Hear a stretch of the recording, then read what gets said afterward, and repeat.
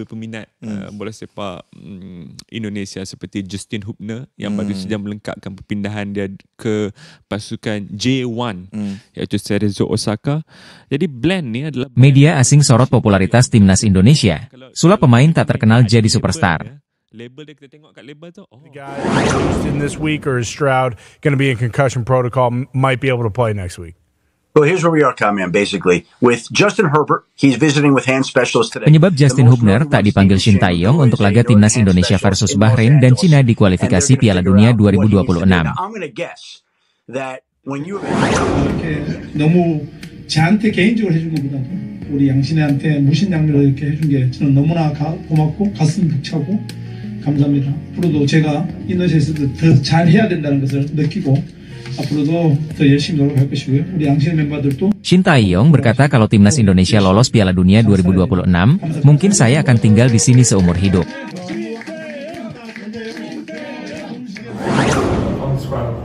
I think it's a very big honor to crown man of the match in a final like this against Thailand.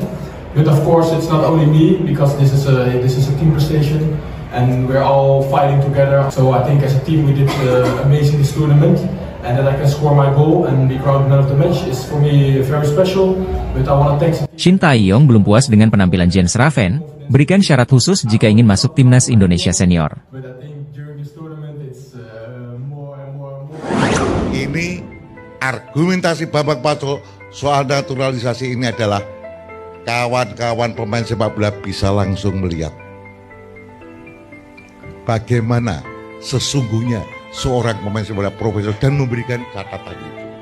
Bahwa today ketika kita bisa gerakan anti naturalisasi timnas Indonesia makin edan, netizen pasti ada dalangnya. Masuk Piala Dunia ini kita senang sekali, Pak.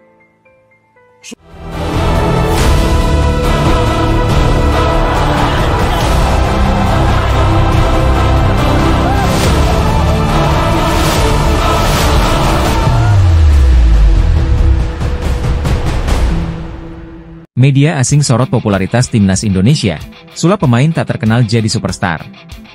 Media asing asal Amerika Serikat, The Athletic menyorot fenomena unik terkait pemain naturalisasi di timnas Indonesia yang semula tak dikenal dalam sekejap menjadi superstar di dunia sepak bola. Indonesia mengubah pemain tidak terkenal menjadi superstar yang dikagumi, ditulis judul artikel mereka, dikutip Rabu, 2 Oktober 2024. Dalam artikel tersebut, sosok penjaga gawang FC Dallas, Martin Paes dikatakan dapat berjalan dengan santai di Texas tanpa dikerumuni banyak orang.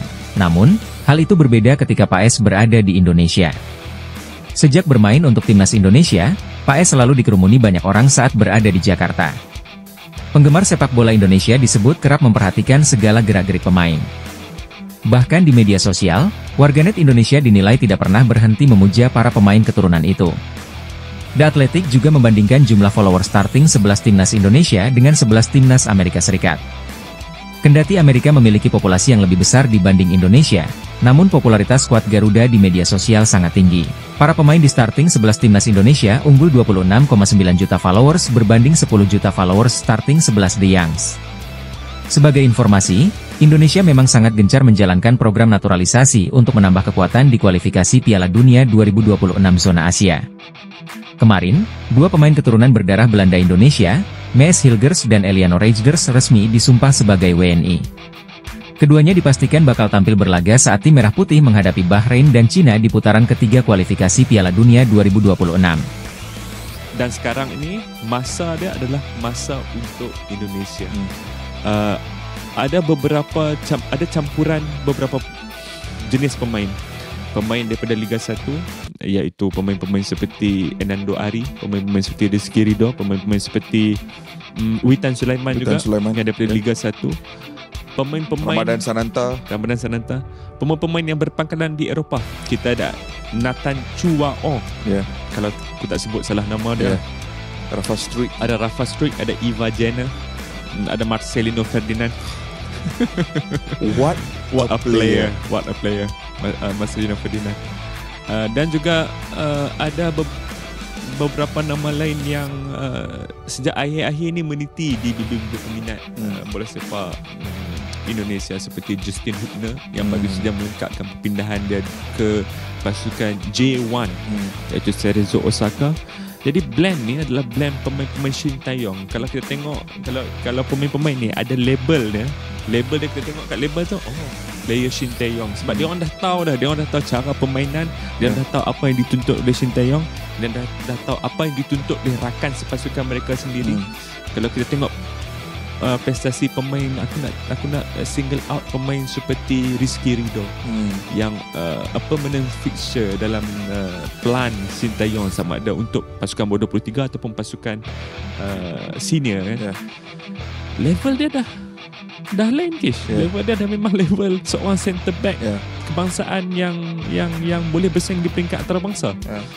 Juga kita ada surprise packages daripada pasukan Indonesia ni. Pemain-pemain seperti Hoki Caraka, pemain seperti Komang yang sudah memberikan gol. Yes. Aku ada berdiskusi dengan seorang peminat daripada Indonesia. Aku tanya dia siapa pemain Komang ni. Aku first time tengok. Dan dia sentiasa berada di tempat yang betul, di ketika yang betul untuk melakukan percubaan. Walaupun dia seorang pemain pertahanan kan. Aku rasa bila kita sekalikan ataupun gabungkan, campur adukkan. Penyebab Justin Hubner tak dipanggil Shin Tae-yong untuk laga timnas Indonesia versus Bahrain dan Cina di kualifikasi Piala Dunia 2026. Justin Hubner tak dipanggil Shin Tae-yong untuk laga timnas Indonesia versus Bahrain dan Cina di kualifikasi Piala Dunia 2026 sudah diketahui. Pemain Wolverhampton Wanderers U21 itu mengalami cedera. Shin resmi memanggil 27 pemain untuk menghadapi 2 pertandingan kualifikasi Piala Dunia 2026 zona Asia. Nama-nama tersebut sudah diumumkan pada Rabu, 2 Oktober 2024, pagi waktu Indonesia Barat. Di belakang, Shin memasukkan hingga 12 pemain. Mereka adalah Asnawi Mangkualam, Kelvin Verdong, Jordi Amat, Shain Patinama, Pratama Arhan, Sandy Walsh, Maes Hilgers, Jai Idzes, Wahyu Prasetyo, Eliano Rejders, Rizky Ridho, dan Muhammad Ferrari. Menariknya, 2 nama baru yakni Hilgers dan Rejders langsung dipanggil oleh Shin. Untuk Eliano, posisinya bisa bergeser dari belakang ke tengah, tetapi kali ini dimasukkan dalam deretan pemain belakang. Tentu membaca urutan pemain-pemain itu akan membuat penggemar bertanya, kemana Justin Hubner? Pemain berusia 21 tahun itu biasanya dipanggil oleh Shin. Ternyata, Hubner mengalami cedera. Pemain berdarah Belanda itu memberitahu soal kondisinya lewat unggahan di media sosial Instagram Justin Hubner 5 yang sedang memakai alat bantu untuk berjalan. Tidak diketahui dengan pasti cedera apa yang menimpa Hubner. Sang pemain hanya dipastikan tidak dipanggil pada edisi kali ini. Absennya Hubner tidak akan terlalu disesali. Sebab, sudah ada Hilgers dan Verdong yang bisa diturunkan di posisinya yakni bek tengah sebelah kiri dalam formasi 3 bek. Oleh karena itu, Hubner mesti segera pulih dari cedera dan kembali mendapat menit bermain. Jika tidak, posisinya akan hilang pada FIFA Matchday berikutnya, yakni November 2024. You already tweeted on X that Herbert will be out on Thursday. How long is he going to be out? He was hiding his hand on the sideline in his little Chargers cool hoodie. Is that a very serious injury? And then CJ Stroud, I believe he did not come back. Dougie Davis-Mills came in. Is he going to be the guy in Houston this week, or is Stroud going to be in concussion protocol, might be able to play next week? Well, here's where we are, Comman, basically. With Justin Herbert, he's visiting with hand specialists today.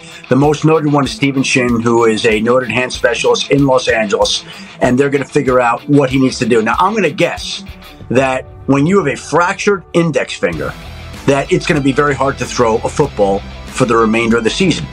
Again, I'm guessing here.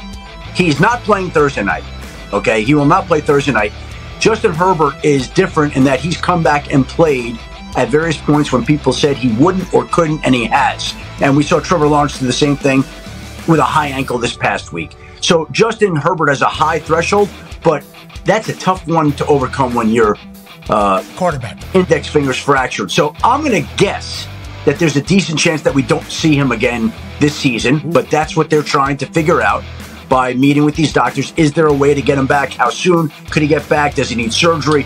All those questions are being answered in the visits that he's having today and tomorrow. Penyebab Justin Hubner absen perkuat timnas Indonesia di laga kontra Bahrain dan Cina di kualifikasi Piala Dunia 2026. Tidak ada Justin Hubner dalam skuad teranyar timnas Indonesia untuk menghadapi Bahrain dan Cina di lanjutan kualifikasi Piala Dunia 2026. Timnas Indonesia akan melanjutkan perjuangannya di putaran ketiga kualifikasi Piala Dunia 2026 zona Asia pada bulan Oktober ini.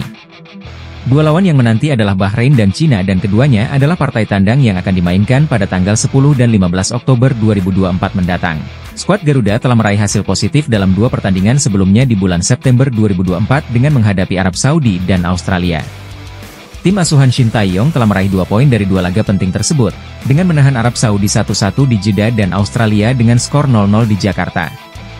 Dalam 27 pemain tersebut, pelatih Shin Tae-yong tidak menyertakan Justin Hubner, yang sebenarnya telah menjadi andalan sepanjang tahun ini. Sang bek tengah berusia 21 tahun harus absen pada bulan Oktober ini, menyusul dengan cedera yang menderanya sesudah laga kontra Australia. Hubner memang bermain penuh selama 90 menit dalam laga yang digelar di Stadion Gelora Bung Karno, 10 September 2024 tersebut. Namun, ex-pemain Cerezo Osaka tersebut tidak pernah bermain sejak kembali ke klubnya, Wolverhampton Wanderers U21. Hubner telah memberikan update secara reguler melalui unggahan di akun Instagram eksklusifnya bahwa dia mengalami cedera. Pada Senin, 30 September 2024, lalu, Hubner mengunggah foto kakinya sedang dibungkus dalam menjawab pertanyaan dari seorang pengikutnya di Instagram. Sang bek tengah berusia 21 tahun memang belum pulih dari cederanya, sehingga belum bisa memperkuat timnas Indonesia untuk bulan Oktober ini. Tak ayal, tidak ada nama Justin Hubner dalam skuad yang diumumkan oleh akun resmi timnas Indonesia untuk menghadapi Bahrain dan Cina. Kendati begitu, Shin Tae-yong tak perlu pusing karena ketiadaan Hubner bertepatan dengan terselesainya proses naturalisasi Mads Hilgers. Hilgers merupakan bek tengah andalan FC Twente yang baru berusia 23 tahun. Dia menjadi pemain termahal di skuad timnas Indonesia saat ini. Menurut Transfermarkt, bek tengah keturunan Manado tersebut memiliki nilai pasaran 7 juta euro atau sekitar 121 miliar rupiah pada saat ini. Selain Hilgers, timnas Indonesia juga sudah diperkuat oleh Eliano Reijnders yang telah selesai menjalani naturalisasi pada Senin, 30 September 2024, lalu. Shin Tae-yong berkata kalau timnas Indonesia lolos Piala Dunia 2026, mungkin saya akan tinggal di sini seumur hidup. Pelatih timnas Indonesia, Shin Tae-yong angkat bicara andai pasukan Garuda lolos ke putaran final Piala Dunia 2026. Timnas Indonesia masih on the track untuk meraih mimpinya lolos ke putaran final Piala Dunia 2026. Saat ini pasukan Garuda telah menjalani 2 laga kualifikasi Piala Dunia 2026 putaran ketiga dengan hasil 2 kali imbang. Pelatih timnas Indonesia, Shin Tae-yong kembali menegaskan bila dirinya menginginkan target realistis yakni berada di peringkat 3 atau 4. Kemudian timnas Indonesia lolos ke Piala Dunia 2026 melalui putaran keempat. Shin Tae-yong tak ingin membebani pemainnya dengan target yang tak realistis. Sehingga ia selalu mengatakan bila target timnas Indonesia adalah mengunci peringkat 3 atau 4. Saya berpikir jika Anda mengatur target dan melakukan yang terbaik, mimpi Anda akan terwujud, kata Shin Tae-yong. Saya tak ingin membebani pemain dengan mengatakan hal-hal tak realistis. Jadi saya mengatur target untuk peringkat 3 atau 4, tambahnya. Selanjutnya, timnas Indonesia akan menjalani 2 laga away melawan Bahrain dan Cina pada 10 dan 15 Oktober mendatang. 2 kemenangan bisa memudahkan langkah timnas Indonesia lolos. Ketum PSSI, Erick Thohir sendiri pernah menyinggung bahwa timnas Indonesia perlu 15 poin untuk bisa lolos langsung ke Piala Dunia 2026. 2 laga away lawan Bahrain dan Cina bulan depan sangat penting, kata Shin Tae-yong. Mereka tim yang relatif bagus. Target saya adalah mengalahkan Bahrain dan Cina. Jika kita mengalahkan 2 tim ini, kita bisa dengan mudah mencapai peringkat 3 atau 4. Saya kira putaran ketiga ini adalah perjuangan paling keras kita, tambahnya. Shin Tae-yong pun berandai-andai jika dirinya berhasil membawa timnas Indonesia lolos ke Piala Dunia 2026. Ia mengatakan akan mempertimbangkan hidup di Indonesia seumur hidupnya. Saya mungkin akan hidup di Indonesia seumur hidup saya, ujarnya sambil tersenyum. Hidup di Indonesia sangat menyenangkan, tambahnya. 제가 요즘 인도네시아에서 사실은 눈물이 많아졌어요. 왜냐면 인도네시아 사람들이 마음이 따뜻합니다. 따뜻해가지고 좀 느긋하면서도 서로가 좀 양보하는 느낌도 있고 베푸는 것도 있고 이러다 보니까 한국에서 저 아무리 월드컵 감독해도 이렇게 베푸는 풍사가 없었어요. 솔직히 얘기하면. 그렇지만 인도네시아 와서 오히려 더 타국에서 챙겨주시고 인도네시아 와서 이렇게 진짜 좋은 형님들, 회장님들 뵙고 이렇게 너무 저한테 개인적으로 해준 것보다 우리 양신애한테 무신양면을 이렇게 해준 게 저는 너무나 고맙고 가슴 벅차고 감사합니다. 그리고 제가 인도네시아에서 더 잘해야 된다는 것을 느끼고 앞으로도 더 열심히 노력할 것이고요. 우리 양신 멤버들도 한국 돌아가시면 더 열심히 잘 살아야 됩니다. 감사합니다. 잘 살겠습니다.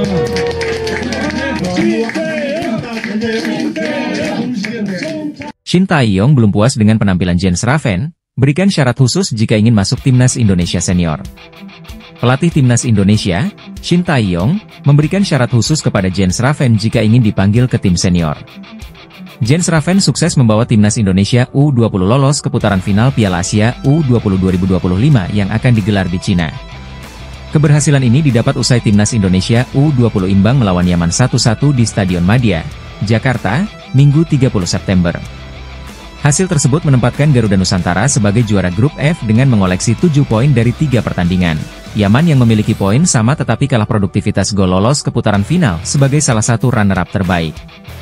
Di bawah asuhan Indra Syafri, Jens Raven menjadi mesin gol timnas Indonesia U20 sepanjang babak kualifikasi. Dalam 3 laga yang sudah dilakoni, pemain FC Dordrecht U21 ini selalu bermain starter dan berhasil mencetak 3 gol. Pemain berusia 18 tahun ini mencetak masing-masing 1 gol ke gawang Maladewa, Timor Leste, dan Maladewa. 3 gol yang dicetak Jens Raven menjadikannya sebagai top skor timnas Indonesia U20 di babak kualifikasi Piala Asia U20. Jens Raven dinilai layak dipanggil Shin Tae-yong ke timnas Indonesia senior jelang kembali berlaga di kualifikasi Piala Dunia 2026. Terlebih lagi, Indonesia pada saat ini sedang kesulitan untuk mendapatkan striker yang punya naluri tinggi di depan gawang. Namun, Shin Tae-yong menilai bahwa Jens Raven belum layak bergabung dengan timnas Indonesia senior. Menurutnya, masih ada beberapa kekurangan yang harus diperbaiki agar bisa bermain bersama Jai Itzes dan kawan-kawan. Oleh karena itu, dia memberikan syarat agar Jens Raven bisa mendapatkan kesempatan bergabung dengan skuad Garuda. Segitu saja sangat kurang, masih dibutuhkan power lebih, dan daya berjuang kalau segitu saja tidak akan pas untuk di timnas senior, ujar ST. Seusai menjuarai Piala AFF U19 2024, Shin Tae-yong pun sempat ditanya soal kemungkinan memanggil Jens Raven. Dia saat itu mengungkapkan bahwa Jens Raven masih membutuhkan waktu untuk bergabung dengan timnas Indonesia senior. Meski demikian, Jens Raven bisa mencoba peruntungannya terlebih dulu di Piala AFF 2024 pada akhir tahun ini. Apalagi, Shin Tae-yong berencana untuk menggunakan timnas Indonesia U22, yang dimana usia Jens Raven masih memenuhi syarat. Jika bisa membuktikan kualitasnya, bukan tidak mungkin STY akan memanggilnya ke tim senior. Yes, everyone saw me crying. I scored the first goal. Was an amazing feeling, and I think the stadium was sold out. So yeah, I never experienced this in my life. So when I scored the goal, I was already very emotional. And my first official tournament in Indonesia, and directly the champion. Yeah, it was an amazing feeling, so much emotion. So yeah, that's the reason why I cried. So my feeling is undescribable. I think it's a very big honor to crown man of the match in a final like this against Thailand. But of course, it's not only me, because this is a team prestation, and we're all fighting together. So I think as a team we did amazing this tournament, and that I can score my goal and be crowned man of the match is for me very special. But I want to thank the team and the coach also for the confidence in me. I already felt a lot from everyone. But I think during this tournament it's more and more. And I think we don't have Wi-Fi now on my telephone. But if I step out of the stadium and I think I check my phone, it will be amazing. So I love Indonesia. I give my whole heart to them and my fighting spirit. So yeah, amazing. I love everyone. Gerakan anti naturalisasi timnas Indonesia makin edan.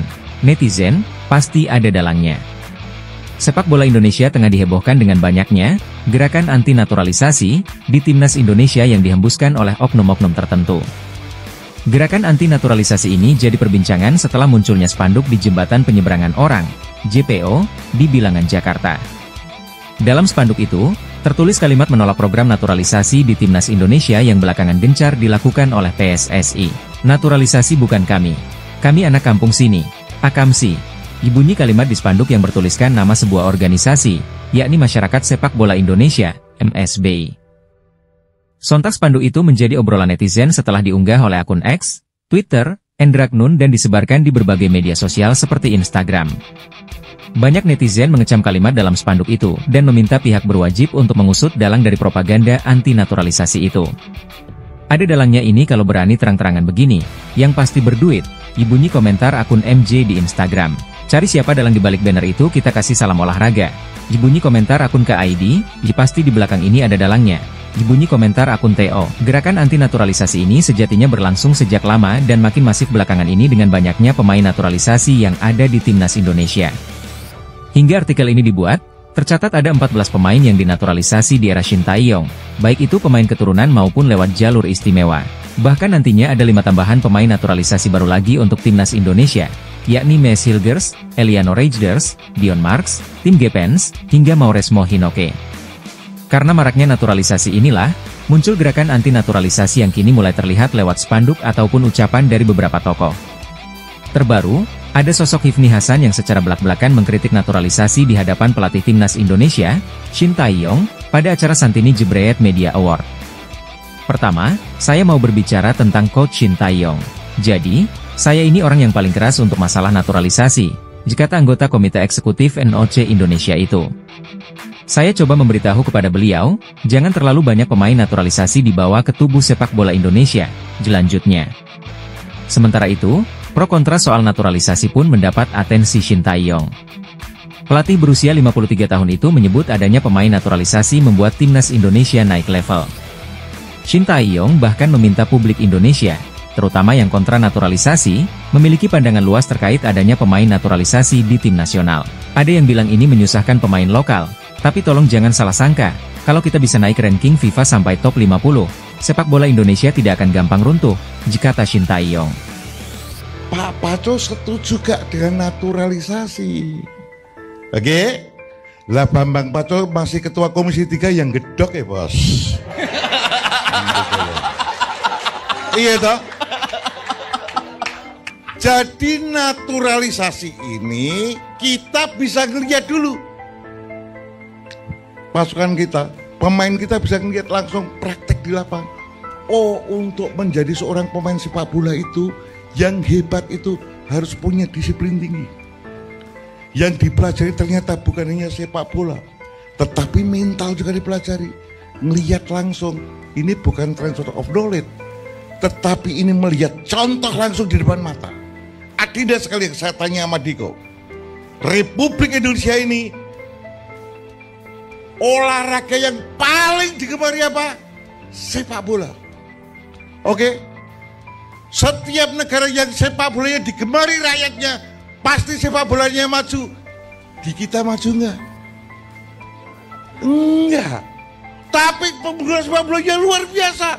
Itulah konsensus di sini pasukannya banyak, domba-dombanya banyak ini. Tetapi majunya sepak bola belum. Kok bisa ya? Kok bisa ya? Begitu. 270 juta, mosok cari 22 pemain aja susah. Kan gitu.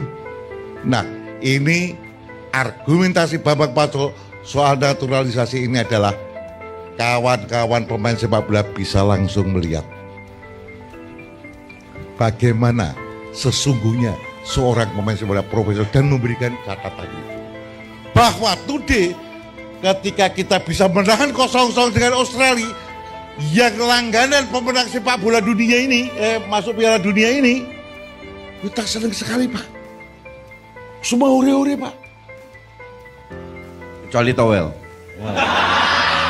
Nah itu biar perdebatan sama beliau, biar perdebatan sama beliau. Jadi ini kita gembirakan, tetapi adinda sekalian, para pemain sepak bola kita harus segera belajar. Oke?